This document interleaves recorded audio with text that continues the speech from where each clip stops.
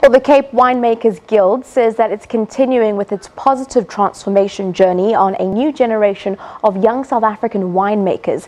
It has seen 24 gifted protégés from disadvantaged backgrounds pursuing promising careers in a complex industry. The Guild held its exclusive annual auction in Stellenbosch in the Western Cape, recognizing various role players in the industry for putting South African winemakers on the international stage. Rare and unique wines produced in small quantities, exclusively for the Winemakers Guild annual auction. Now, in its 34th year, the auction attracts both local and international wine collectors.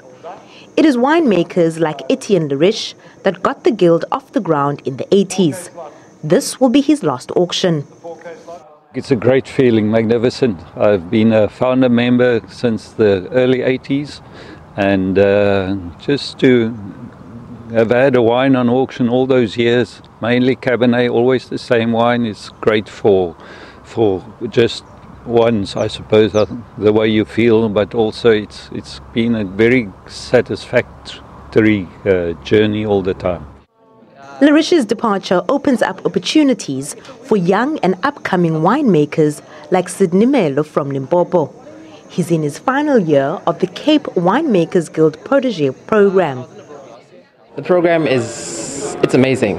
It really changes lives. You have to be a hard worker, you have to be determined.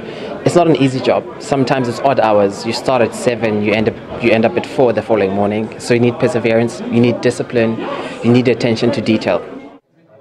Efforts have been made to transform the winemaking industry that's still dominated by white males.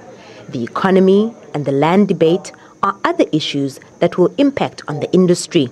Obviously, there's a lot of issues in our country around land ownership and stuff like that. So the Guild, I must say, there's been some amazing visionaries, that started the Guild all those years ago, and they started the Development Trust also to sort of to look at the social upliftment, mainly through education. 48 wines on auction this year, a total of 2,000 cases, competing not with each other, but with countries like Australia, Chile and New Zealand. A collective effort to promote South African wines. Nomao Tusolwandle, SABC News, Stellenbosch.